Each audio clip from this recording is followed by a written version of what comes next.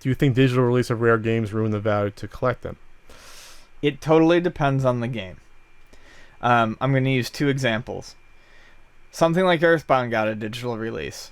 It did not do a whole lot to drop the price of the cartridges or complete copies. Stop the bleeding. A little bit, but not a ton. I mean, these are still things that sell for fairly high prices. Reason why? People have a greater attachment to it. People want to own the physical object. The opposite side of the coin would be something like Marvel vs. Capcom 2. When they finally released a digital download of Marvel vs. Capcom 2, especially with online play, Gonna take you for a ride.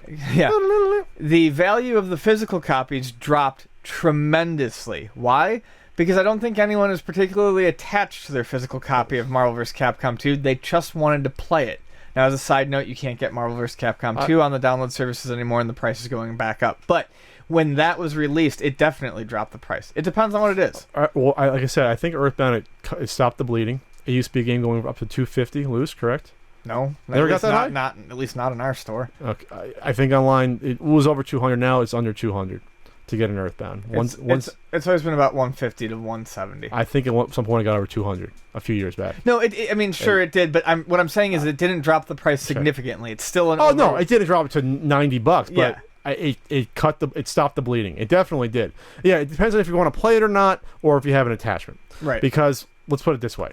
They could put Steam events for sale. Not only would not anyone buy it, it wouldn't hurt the price of the collectible because people want to get that shitty game just to have that shitty game. Right, and no one would buy a digital version of Stadium events because yeah, it's the same fucking game as. Well, you see my point, though? Yes. You know, now a game like Magical Chase, I think I don't think people would be willing to. It depends on how much you think people are going to willing to dish out to spend money to play a physical copy versus a ROM.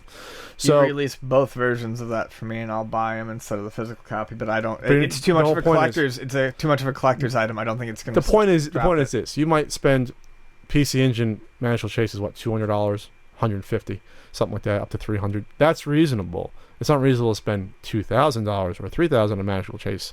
That's the difference. So what is the cutoff for a collectible versus what you're playing at? Everyone has that price, but most people wouldn't spend $1,000 just to play something. A few hundred, maybe, not $1,000. I personally wouldn't spend $1,000 to play something like that.